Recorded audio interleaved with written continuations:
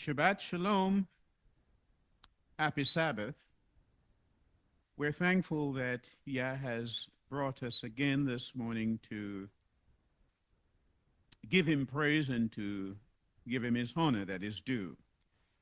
It's been quite an eventful week here in America this week. As you all know, there has been a new president elected to start serving in January. It is interesting, to say the least. And it reminds me of when the president, Trump, was inaugurated back in January 2017 on the 20th day of that month. I have said it here before, but I would like to remind you that on that day when he was inaugurated, he was 70 years old, 7 months and 7 days on that day. And the first full day he had in office was the 7th day of the week. His first speech lasted 77 minutes. And he beat Hillary Clinton by 77 electoral votes.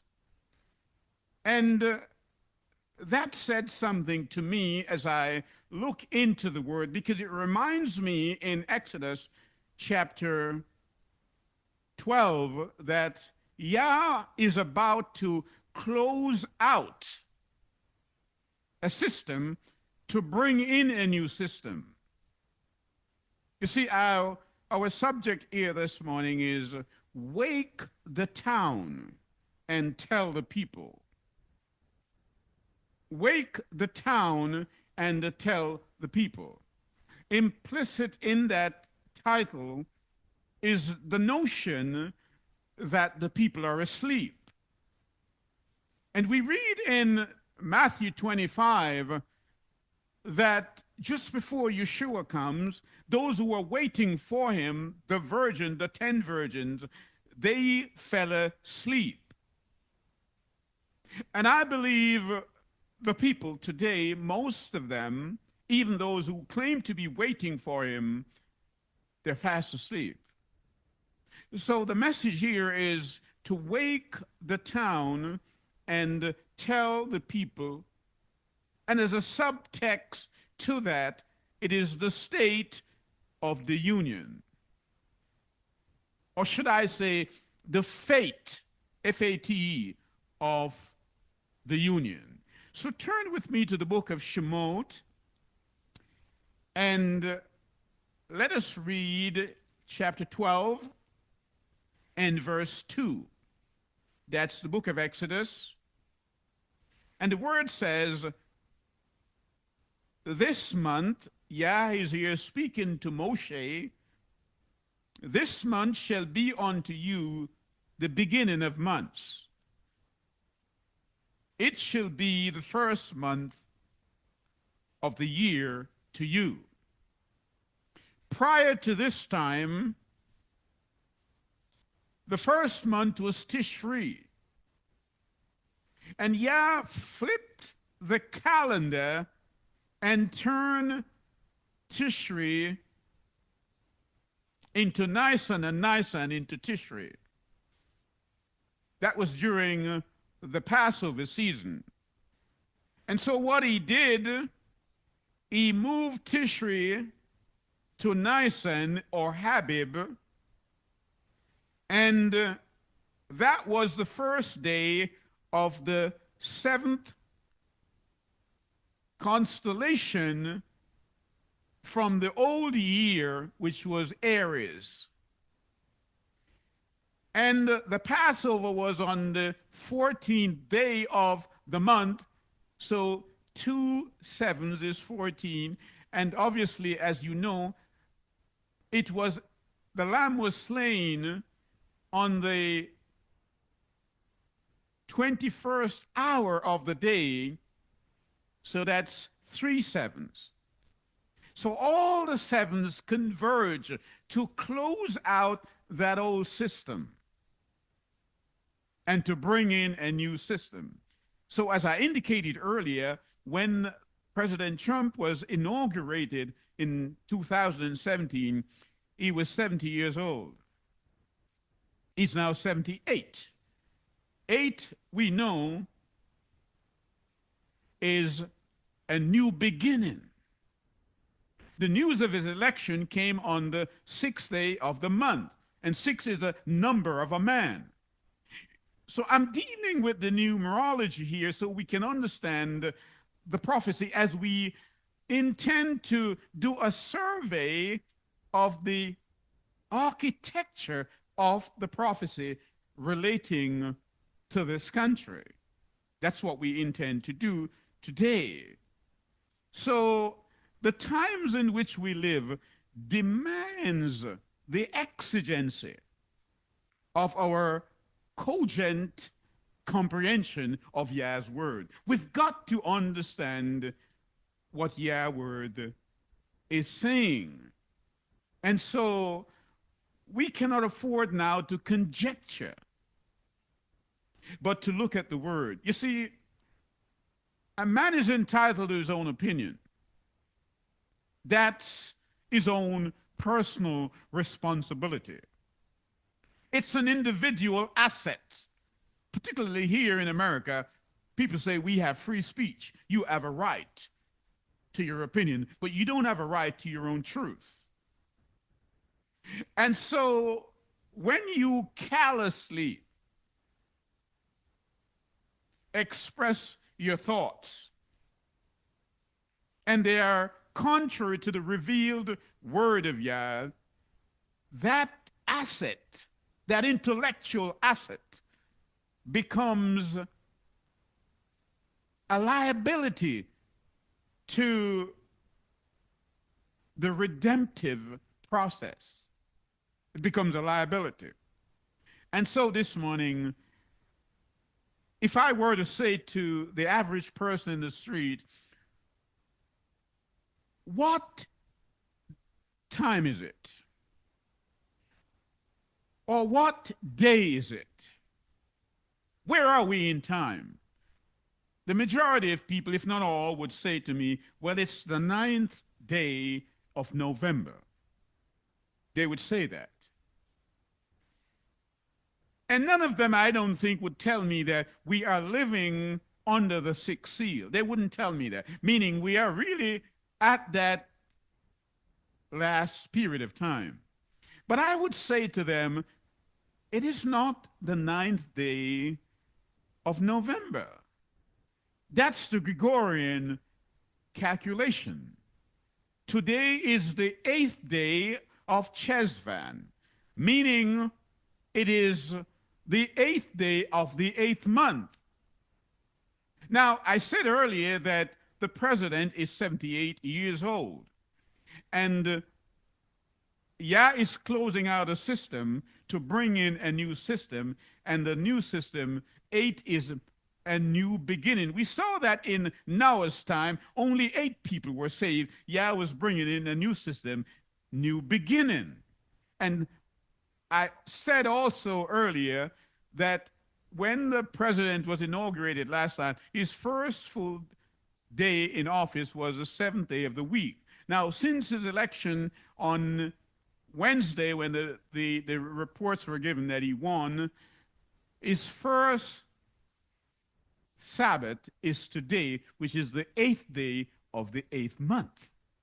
And so it is too much of a coincidence to be one. And so we want to look at that today as we do the exegesis in the word. And I ask you that you really take note of what Yah's word is saying. So come with me to the book of Revelation, that's Chizayon, and we will look at chapter 4. Because John here this is Yohanan, is taken beyond the veil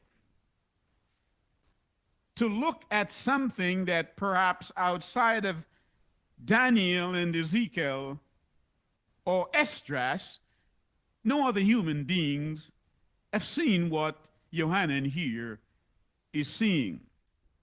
He's outside of the dimensionality of time. He's outside of that. And so we want to look at that this morning. The word says, after this, I looked, and behold, a door was open in heaven, and the first voice which I heard was as it were a trumpet. Are you with me? Yohanan says, after this, after what?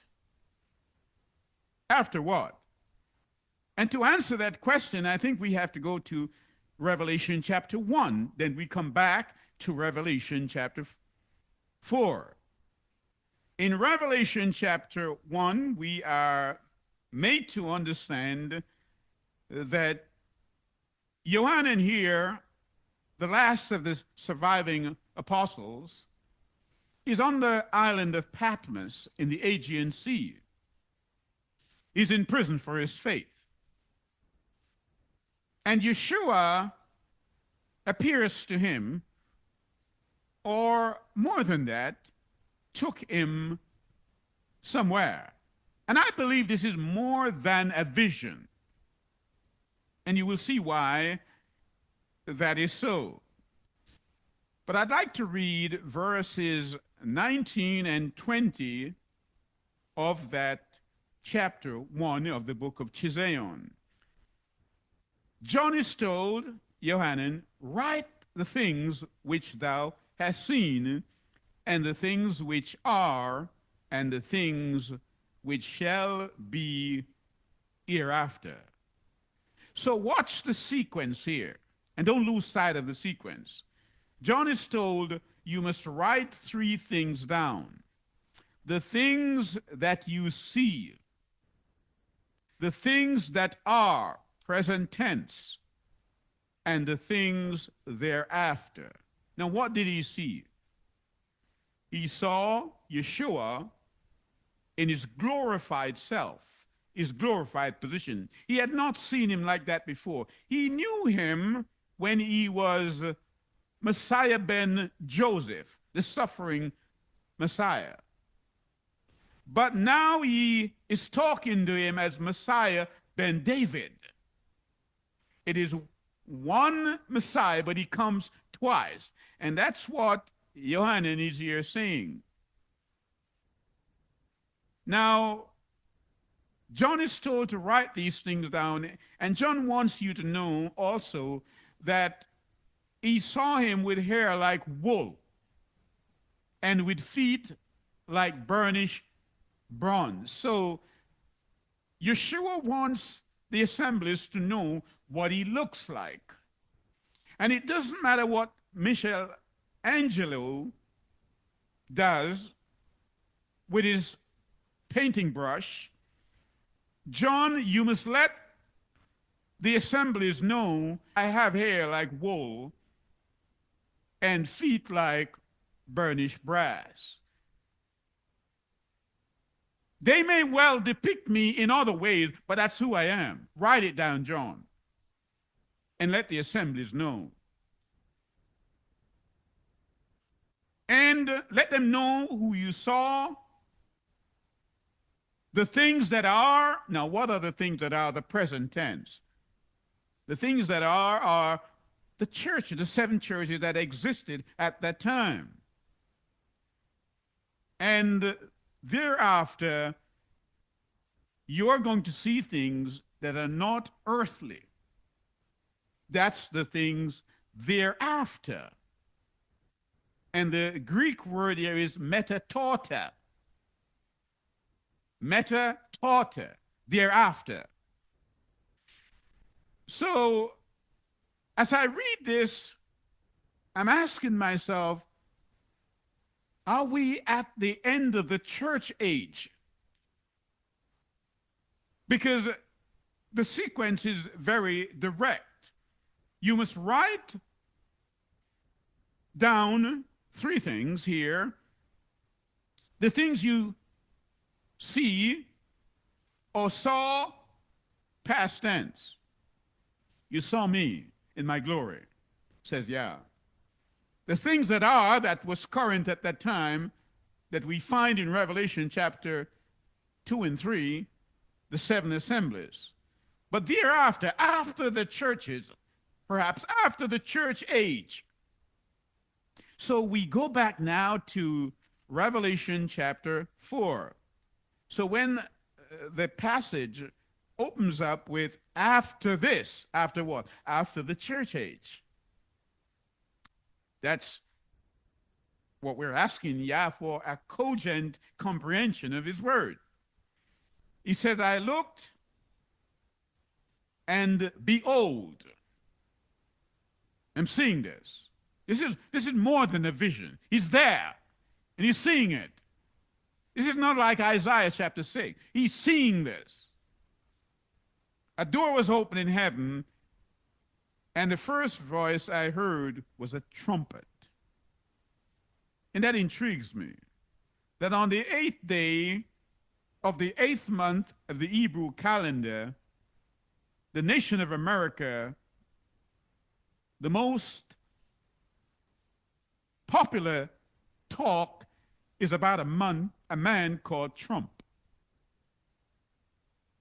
John says, I heard the voice of a trumpet. And he was talking with me and said, come up hither, come. Come up hither.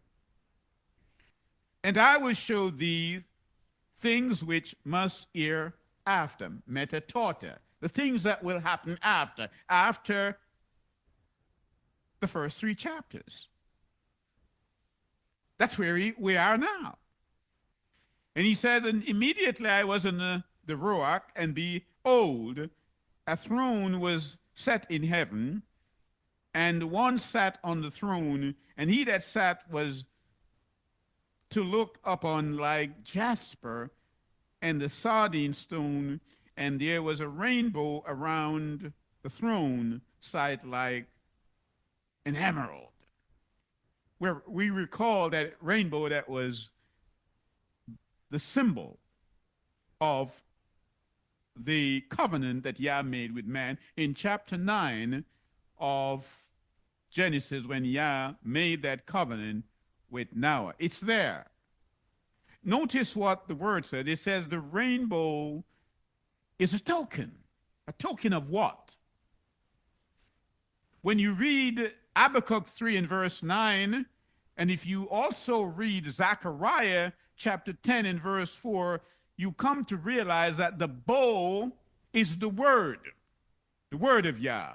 So when you see that rainbow in the sky, it is a token of Yah's word. And what is his word? His word is the 10 Commandments that he made the covenant with. That's why it's called the Ark of the Covenant. And so when other people, frivolous people, take the rainbow and make other images of it, what they're really doing, they're tampering with Yah's character, with his law, because his law is a transcript of his character. And we need to understand that. So Yohanan was taken there. So that's chapter 4, and come with me to chapter 5 now. And in chapter 5, we are told, and I saw in the right hand of him that sat on the throne a book, written within and on the backside, sealed with 7 seals. And I saw a strong angel proclaiming with a loud voice, who is worthy to open the book and to loose the seals thereof? And no man in heaven, nor in earth, neither under the earth was able to open the book, neither to look thereon. This is serious because this book contains the records of all people. And John begins to cry because none could be found on the earth, in heaven, who was capable, who was worthy. Worthy is the word here, worthy, to open that book, to see what's in it. And one of the elders said, that's verse 5, unto me weep not, behold, look. Imperative, isn't it? It demands your audible sight. Are you with me? I want you to pay audible attention to what is being said here. Let's rebuke our ears that are delinquent so we can understand what is being said. Look, John, the Lion of the tribe of Yehudah, the root of David, hath prevailed to open the book and to loose the 7 seals thereof. And I beheld. Did you hear that? Now, perhaps you're going to struggle with this because remember what I said earlier in chapter 4. The thereafter are the things that are going to happen after the church age. But John is here speaking, saying, I beheld, meaning past tense. But how can it be past tense when it has not yet happened? Beheld is past tense, which is the past participle of behold. So we're going to have to reconcile that. As I indicated earlier, we are doing a survey of the architecture of this subject because Yah, we know, is the design architect, not only of the universe, but his word. And nobody could put the word in like he has. And so we're just collecting information and see if we can make sense of this so it becomes existentially relevant to the times in which we live. That's what we're trying to do. And so Johannes says, I beheld, and lo, in the midst of the throne and of the 4 beasts, and in the midst of the elders stood a lamb, a lamb. He saw a lion, and now he sees a lamb. Same person, that it's the lamb that was slain that gives him the worthiness to own this book. It's the purchase price of all the soul. When I hear people say, well, the women's bodies are theirs and they can do everything with it, the Apostle Paul said, no, you can't. You are purchased with a price by the blood of Yeshua. We need to understand that. And the word says that this lamb, as it had been slain, having 7 horns and 7 eyes, which are the 7 spirits of Yah sent forth into the earth, and he came and took the book out of the right hand of him that sat upon the throne. Yeshua came, took the book from his Father and right hand and opened it.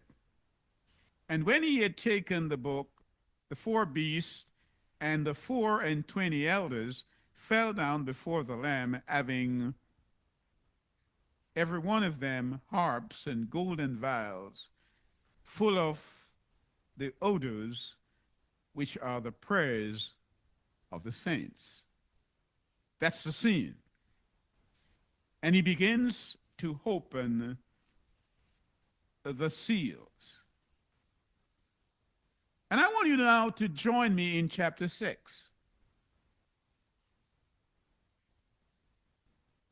And I saw when the Lamb opened one of the seals. I don't want you to miss the point that this metatota, these are the things that are going to happen. These are future tenses.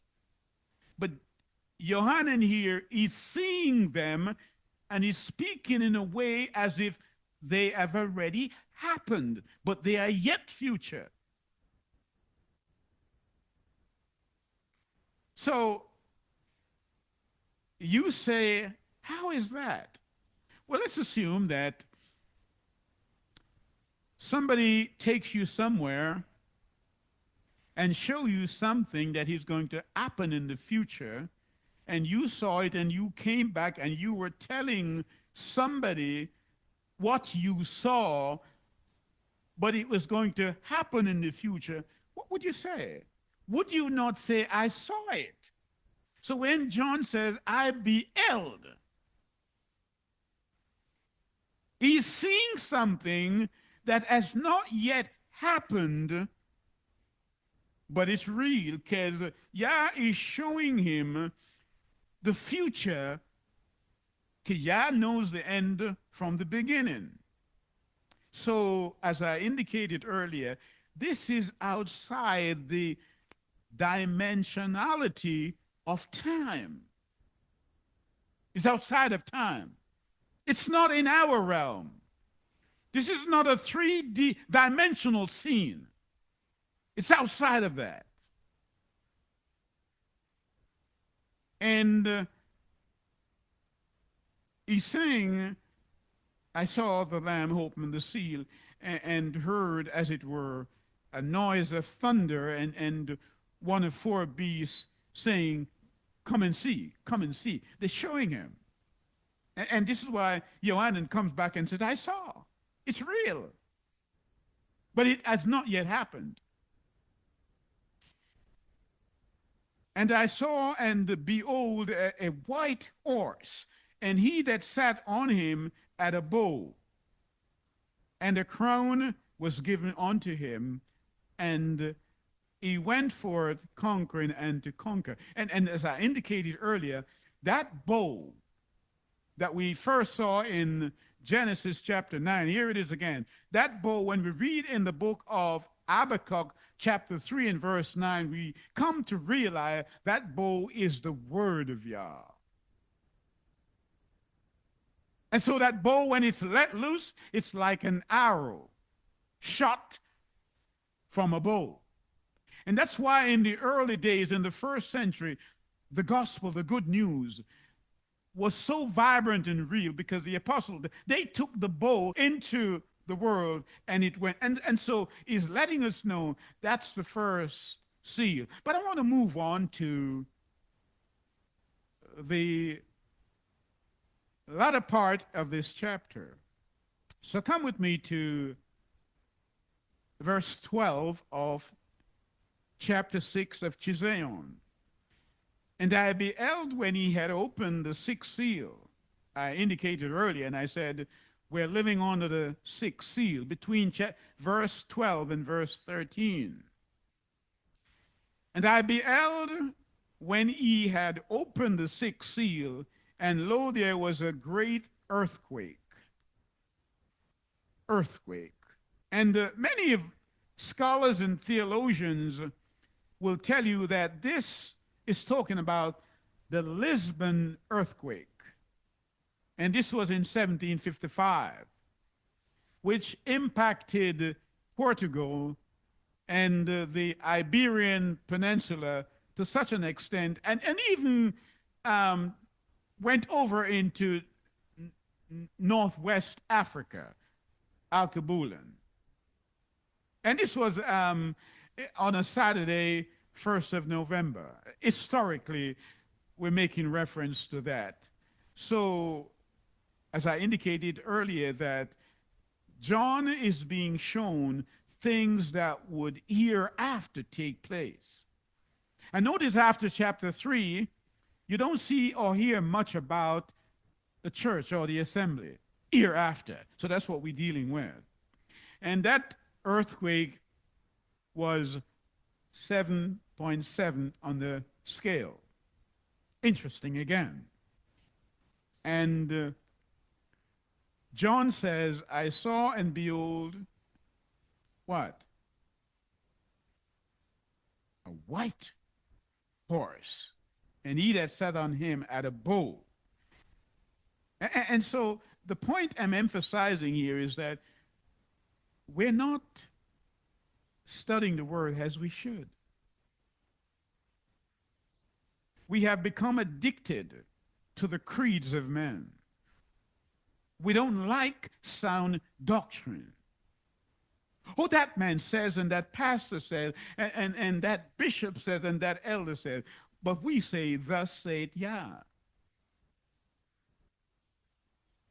And so there was this earthquake, and the sun became black as sackcloth of hair, and the moon became as blood, and the stars of heaven fell onto the earth. Remember, my subject is wake the town and tell the people the fate of the Union.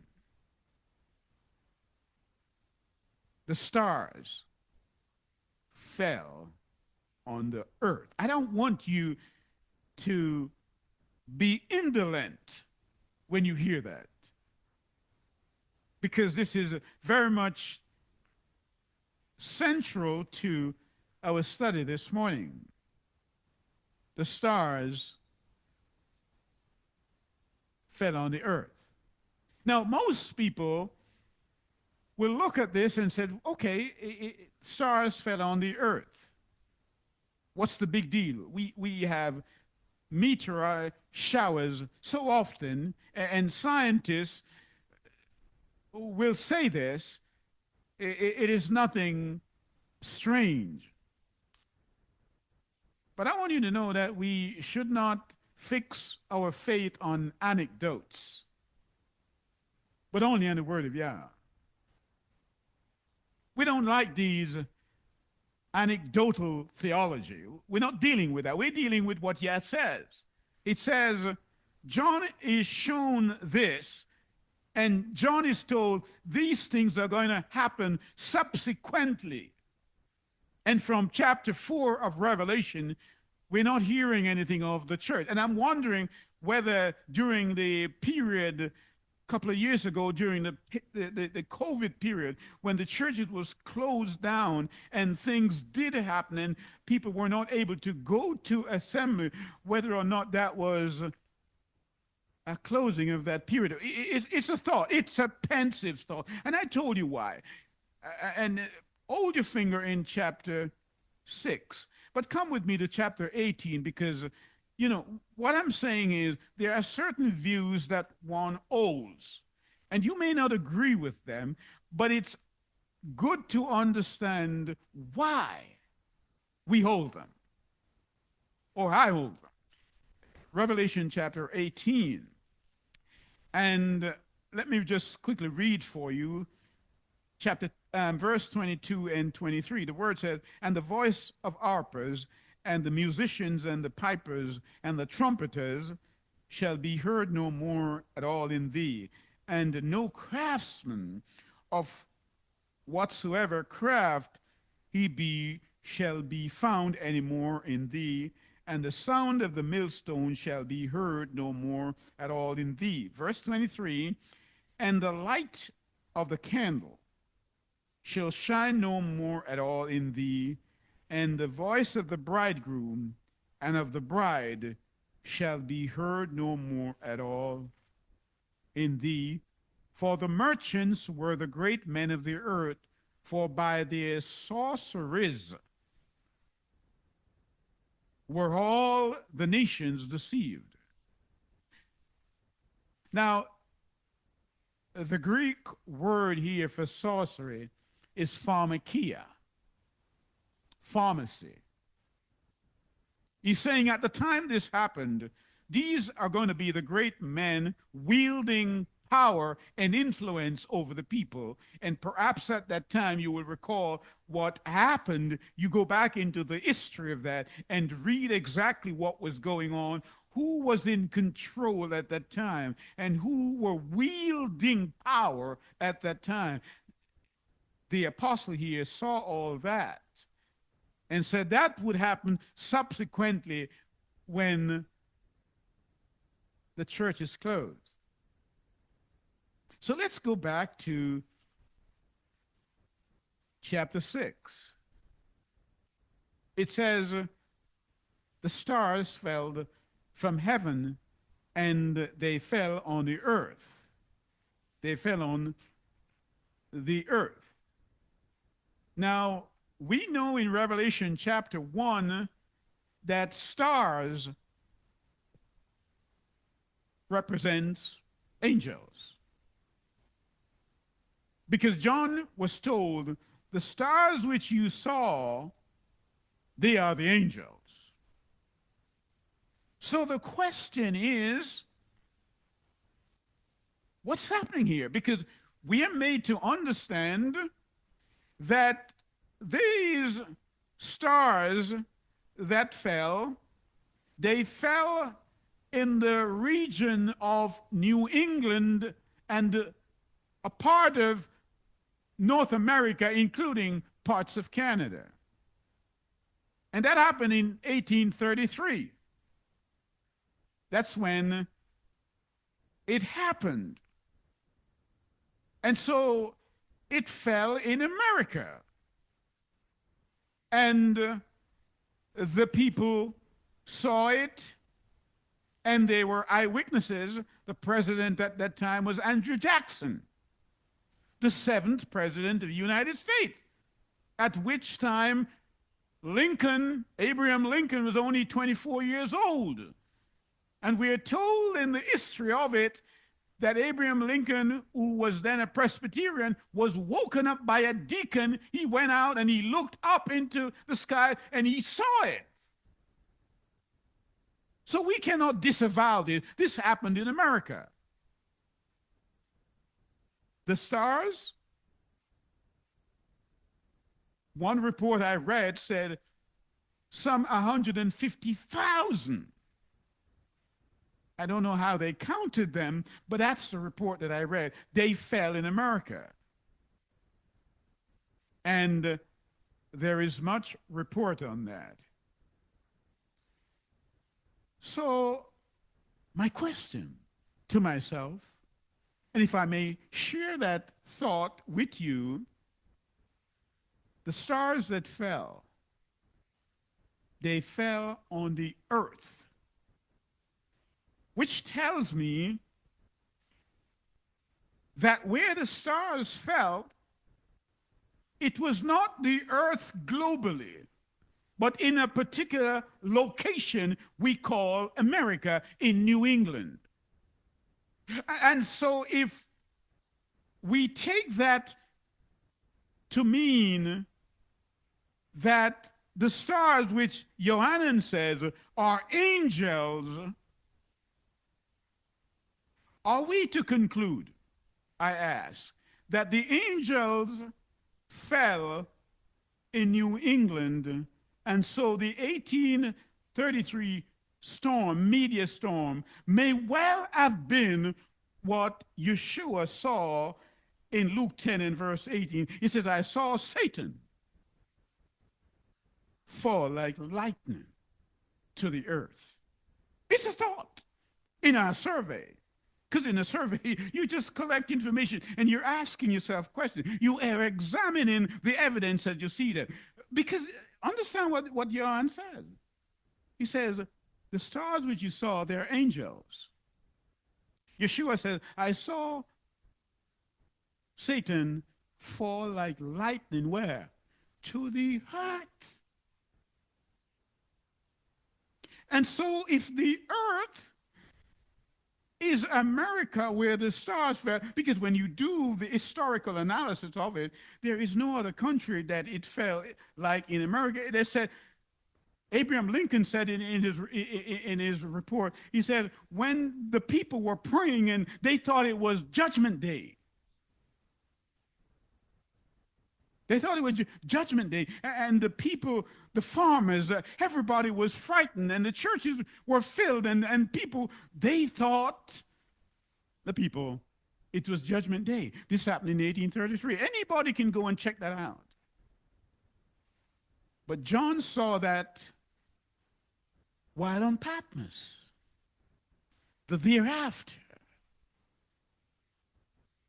And so it's only appropriate at this point for you to join me in Revelation chapter 12.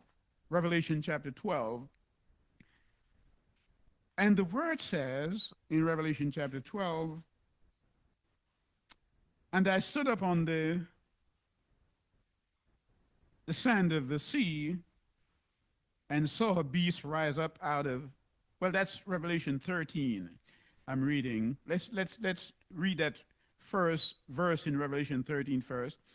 And I stood up on the sand of the sea and saw a beast rise up out of the sea, having 7 heads and 10 horns, and upon his horns 10 crowns, and upon his heads the name is blasphemy. And the beast which I saw was like unto a leopard, and his feet were as the feet of a bear, and the mouth of a lion, and the dragon gave him his power and his seat and great authority. You see, we sang this morning that we saw the gleams of the glorious morning. And you know, as I indicated earlier, that Tuesday night, Wednesday morning, and beyond, it's as if the people, depending on which side they were on, they saw the gleams of this glorious morning.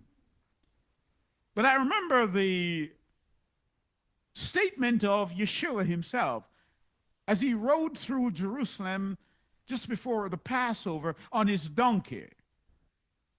And when he saw the people, he wept. Oh, Jerusalem, Jerusalem. Oh, I so wish I could put you under my wings as a hen, mother hen, covers her chicks. I wonder what he would say to America today. Then he said, but you did not know the day of your visitation. He was then making reference to AD 70 when Titus would come and destroy the temple. And you get that sense of something is going to happen. Yeah, it's closing out the system. He's using the name of a man that makes sense, the trumpet sound. It is for us to understand what sound it is making, because Paul said it's pointless blowing the trumpet if the people don't understand the sound of the trumpet. And so my subject is wake the town and tell the people what is coming. The word says something is coming. That's what the word says. So if this meteor showers, they call Leonid. That's what the scientists call it, Leonid, meteor shower, meaning Leonid is lion. And as I read that, my thoughts were drawn back to the book of Esdras. Because when Esdras had the dream regarding the three-headed eagle, there was a lion speaking to the eagle at the end of time. And the lion called the eagle wicked. It's there. And so we want to know what's going on. And come to verse 11 of chapter 13. It says, and I beheld. Here it is again. John is speaking as if he's seen it. It's past tense, but it has not yet happened. Because he's speaking to us outside of time.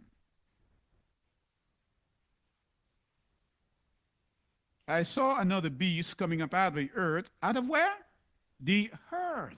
The same place where the stars fell. John could easily have said, had he been acquainted with it, I saw a beast coming out of America. He could have said that. If our analysis is correct. Coming up out of the earth, and he had two horns like a lamb and spake like a dragon. What John seems to be suggesting to us is that the infant America that was quite innocuous, harmless, pleasant place to be, like a young garden full of beautiful flowers. At the time, it was about 3 million people strong. We're talking 340 million people now. He's saying, I saw this beast, because as you read through Daniel 7 and Daniel 2 and Daniel 8, countries and empires, they're called beasts. So don't feel offended. They're beasts. Perhaps all men are beasts until they give their heart to Yah. So that's the point. Coming up out of the earth. And so we have to make a distinction between the earth and the sea. Because Revelation 17:15 said, that which you saw as sea or water, that's people. Wherever it mentioned sea, people. But the earth, sparsely populated, that was America at the time. And it was like a lamb. But Yohanan said later on, that lamb will speak like a dragon. Wow. Did you get that? Yohanan said, as time unfolds, the lamb will speak like a dragon. Now, ask yourself, how does a nation speak to its people? The nation speaks to its people by way of policies. That's how the nation speaks. A policy is made, just like Pharaoh did. Pharaoh said, the people are multiplying too much. Let's deal wisely with them. Kill all the newborn babes.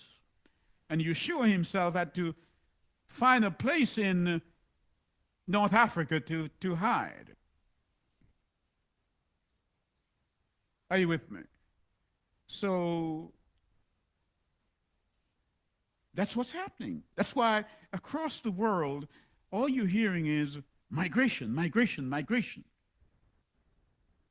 People are moving to and fro because it's the second Exodus, says Jeremiah chapter 16, 14 to 16. It's the second Exodus. And Baruch wants you to know the people who have been in captivity, when they're in the land of their captors, they will begin to understand who they are. So let's look at chapter 12 now of Revelation. Revelation chapter 12. And the word says, and there appeared a great wonder in heaven, a woman clothed with the sun and the moon under her feet, and up on her head crown of 12 stars. And she, being with child, cried, travailing in birth, and the pain to be delivered.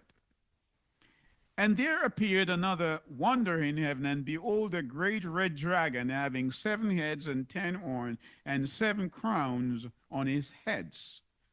And his tail drew a third part of the stars of heaven, and did cast them to the earth. Where did he go? To the earth. So, my projection, my thoughtful contemplation, my pensive consideration is, if the 1833 showers in New England, we call them stars, could it be this what we're dealing with? Let's read it again for emphasis. It says, and there appeared another wonder in heaven, and behold, a great red dragon, having 7 heads and 10 horns, and 7 crowns upon its head, and his tail drew the third part, meaning a third of the angel, the stars. Some people say 150,000 of them ended up in New England. Could it be? It's just a thought. Cast them on the earth. And remember, we said the earth is not the earth as we know it generically, but a location within the earth. And if we do the right analysis, we would conclude historically that the stars fell in America. And the dragon stood before the woman, which was ready to be delivered, for to devour the child as soon as it was born. And she brought forth a man-child. Verse 7, and there was war in heaven. Michael and his angels fought against the dragon, and the dragon fought and his angels, and prevailed not, neither was their place found anymore in heaven. So the question emerges, at what time was Satan thrown out of heaven? You cannot do an analysis and not ask that question. No analysis is complete. No survey is complete without that factor. When was he cast out? Some people say, well, he was in Eden when he tempted Adam and Eve in chapter 3. So he was cast out long time ago. So they would conclude. But I would kindly take them to the book of Job and point out to them, on a particular day, I was having a conversation with Satan and said, where are you coming from? And Satan said, I'm coming from the earth. Meaning at that time, he still had access to earth and to heaven. He had access. Did you see my servant Job? Oh, yes, I saw him, but I know you look after him and you protect him. You have an edge around him, so I didn't even walk near him. I'm simply making that point to say Satan still had access. And when we read the book of Zechariah, we see that Satan is the accuser of the brethren. He comes to earth and he plagues you and he mocks you and he tempts you. And when you sin, he goes back, and the word says he does what? He is the accuser of the brethren. And how often does he do that? Day and night. He does it day and night. So he had not at that time been thrown down. He had not been thrown down. He still goes to and fro. Let's read on. And the great dragon was cast out, that great serpent called the devil and Satan, which deceiveth the whole world. He was cast out into the earth. Did you get that? He deceived the old world. But he was cast out into a location called the earth. Wow. And his angels were cast out with him. We don't want to contemplate this, do we? Could it be? Could it really be? And I heard a voice saying in heaven, now is come salvation and strength and the kingdom of Yah and the power of his Messiah, for the accuser of the brethren is cast down, which accuseth them before our Yah day and night. And they overcame him by the blood of the Lamb. You understand how? What's the method here? If you say you're a Methodist, you only have one method. And that's by the blood of Yeshua. That's what makes me a Methodist, even though I'm not a Methodist in the generic sense. Are you with me? We're all Methodists if we have the blood of Yeshua, because that's the only way to overcome him, the devil. And by the word of his testimony. And that's why we are spending time here in Revelation, because Revelation is taking the mask off. That's what Revelation means, revealing what is happening. The testimony, and they loved not their lives unto death. Therefore rejoice, ye heavens, and he that dwell in them. Woe to the inhabitants of the earth and of the sea. Seal of the devil is come down unto you, having great wrath, because he knoweth he has but a short time. That's why he's tempting people. Now, at the time in 1833, when these stars fell, and you could put in the bracket angels fell, if you like, Andrew Jackson was the president, as I said earlier. And he was one of those that signed the act to take away land from the Indians. Took it away. He took it away.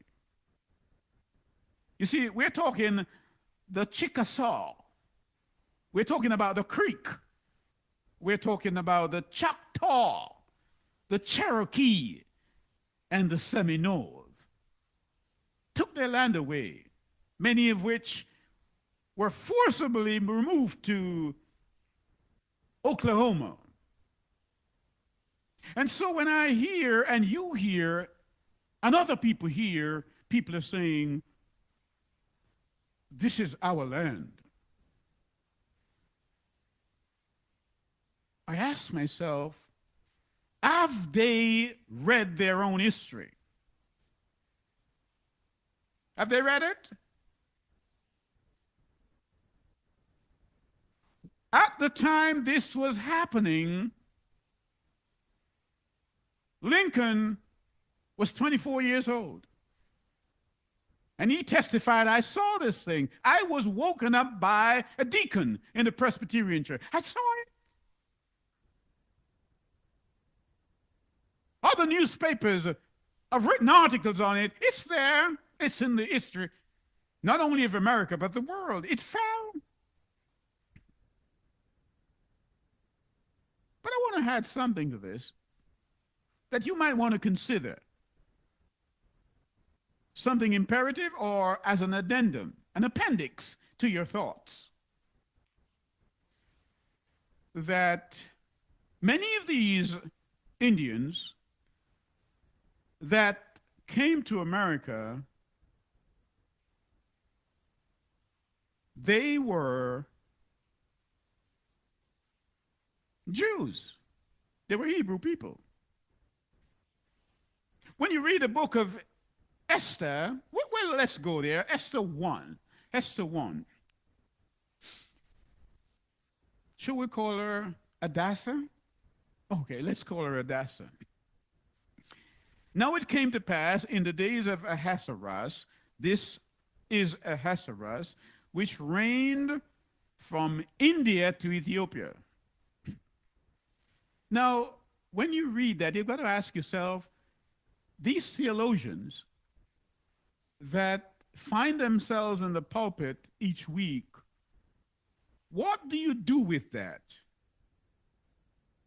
Let me read it again so you can ask yourself the question, to ask them a question.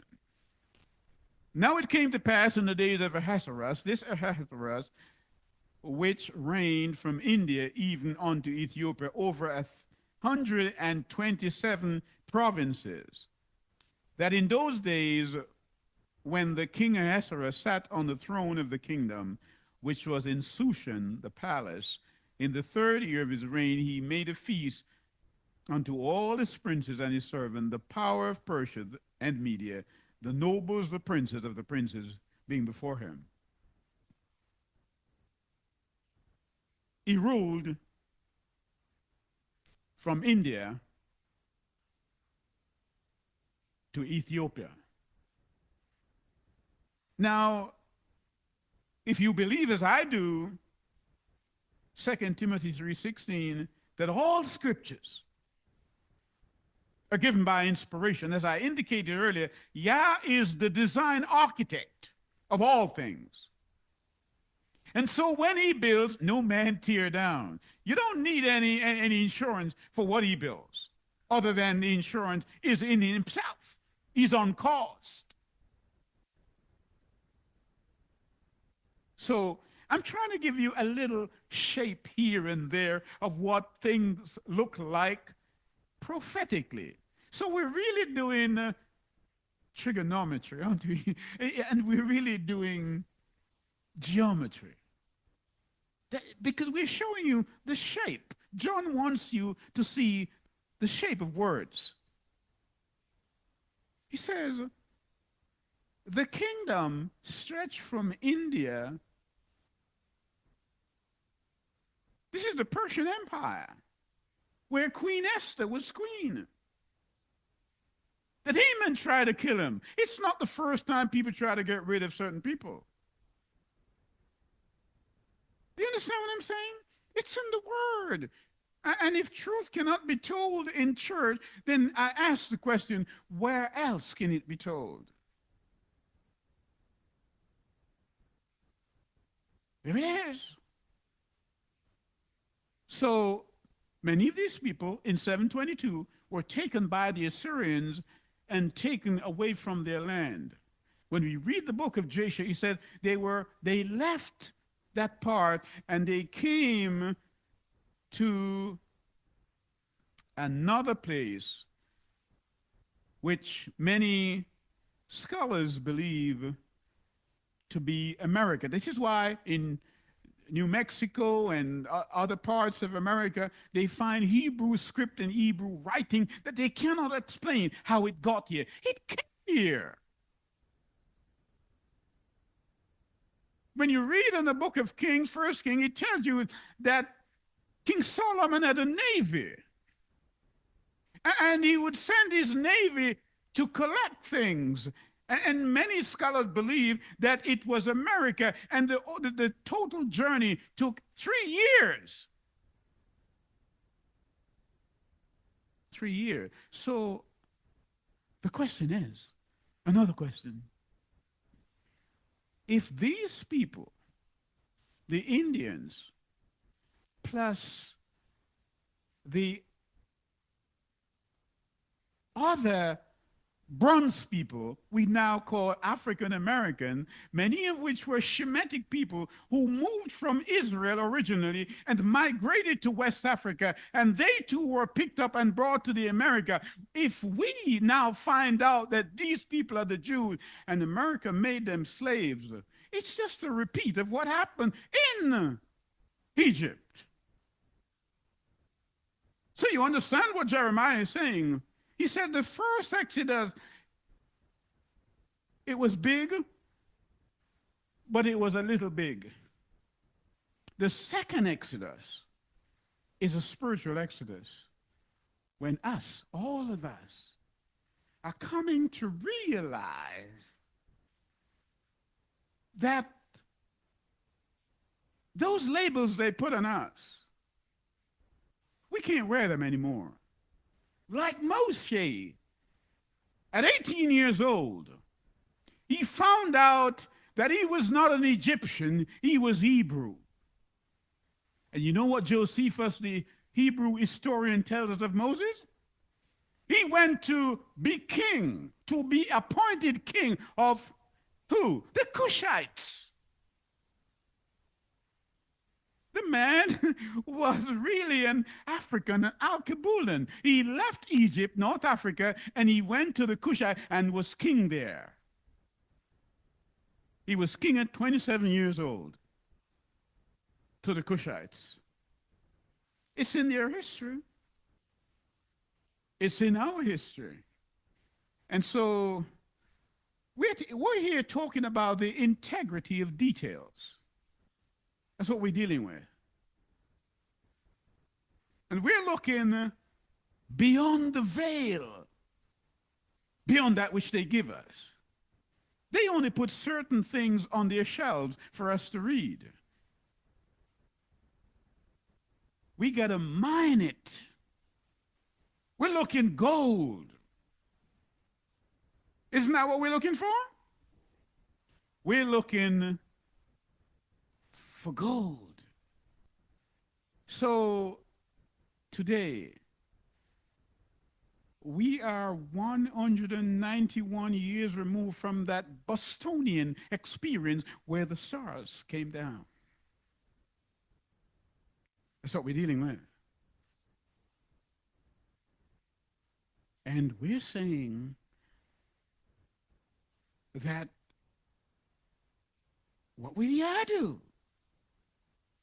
Because Yeshua in Luke 10, 18 to 20, well, let's read it. Let's read Luke 10, 18 to 20. He says, and he said unto them, I saw Satan fall like lightning from heaven. Behold, I will give you authority to trample on serpents and scorpions and over all power of the enemy, and nothing shall by any means hurt you. Nevertheless, do not rejoice in this, that the spirits are subject to you, but rather rejoice because your names are written where? In heaven. So come with me now, because you know sin has to be dealt with.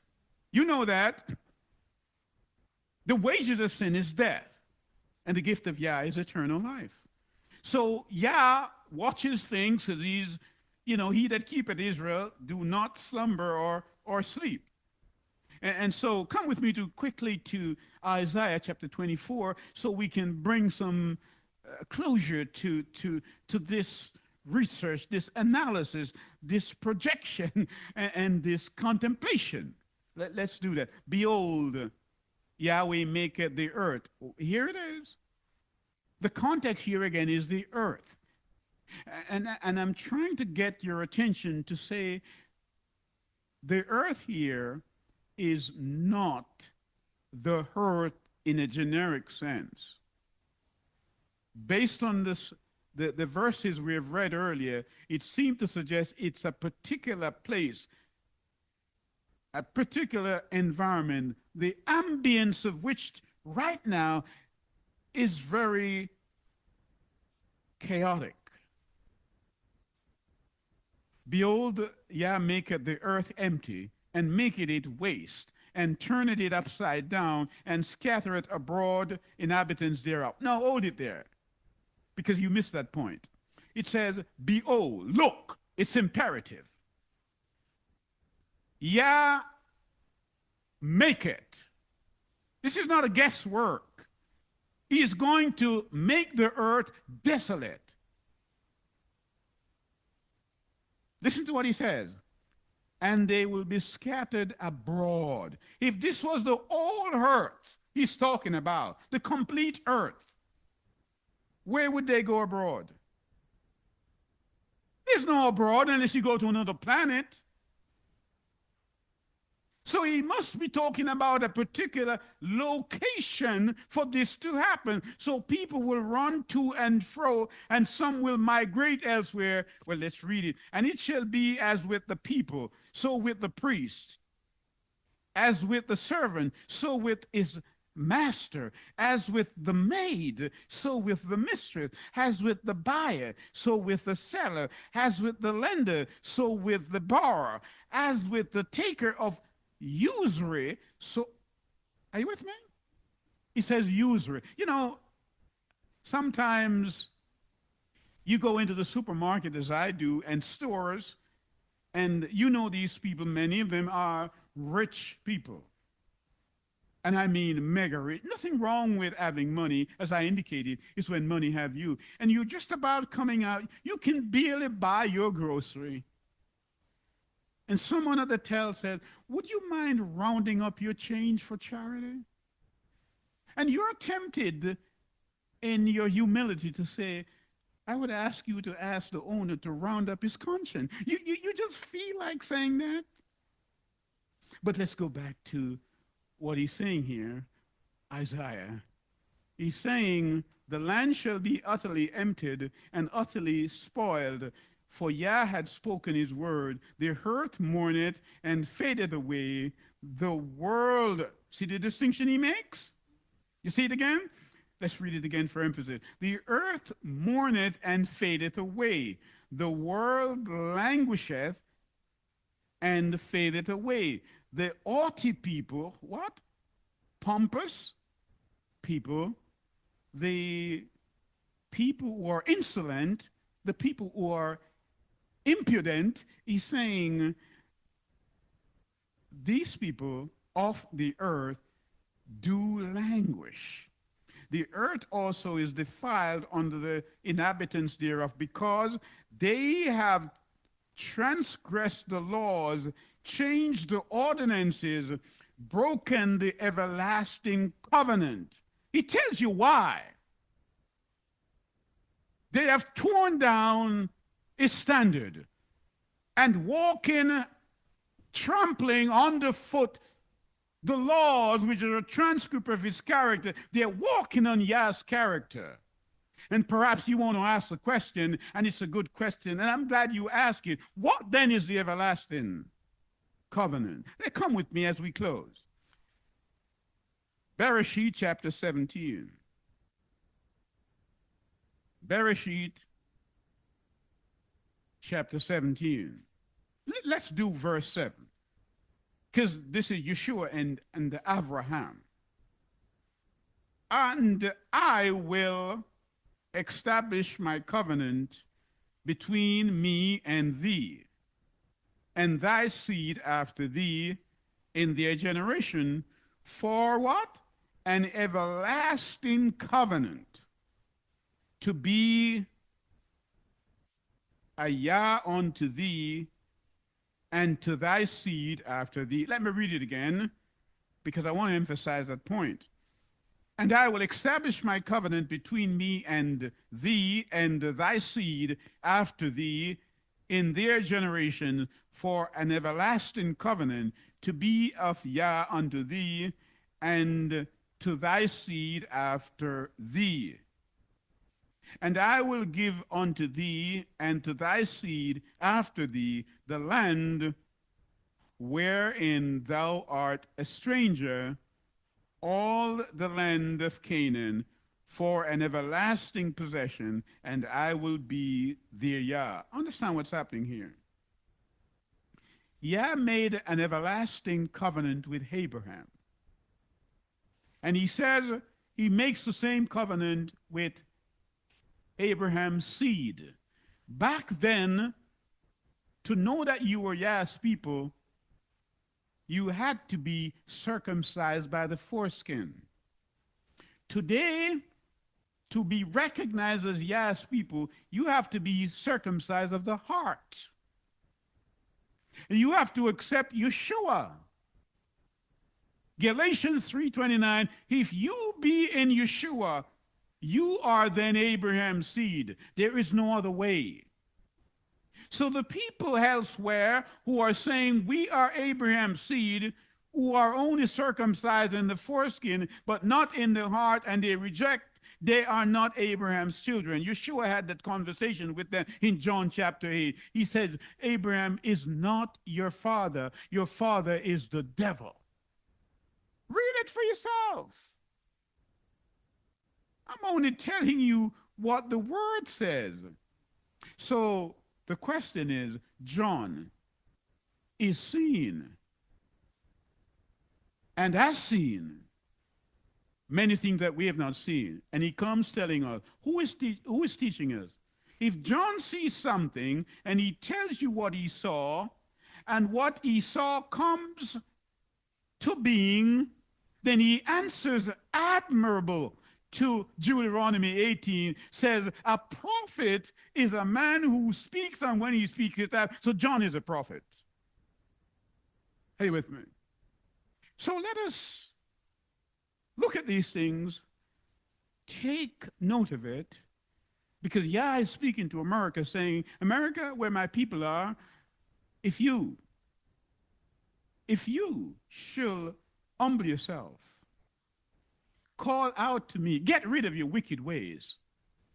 Because, you did some horrible things to the Indians and to the African Americans in slavery. You did that. And you think it's gone, but I've recorded it. It's in my book. And you see those seals that I opened in Revelation chapter 5? Your names are in there. Those presidents that you pride and build them up and build statues for them, I have their names and their deeds. I know your deeds, as he knows all people's deeds. May we reflect. May we look at this, pray for our leaders, and maybe Yah will have mercy on all of us, because Yah's word is law, and there is no appellate court that we may appeal to. So we thank Yah for his word and the way that he has spoke to us today. May we therefore, whoever has ears, let him hear what the Ruach says. In Yeshua's name I pray. Amen.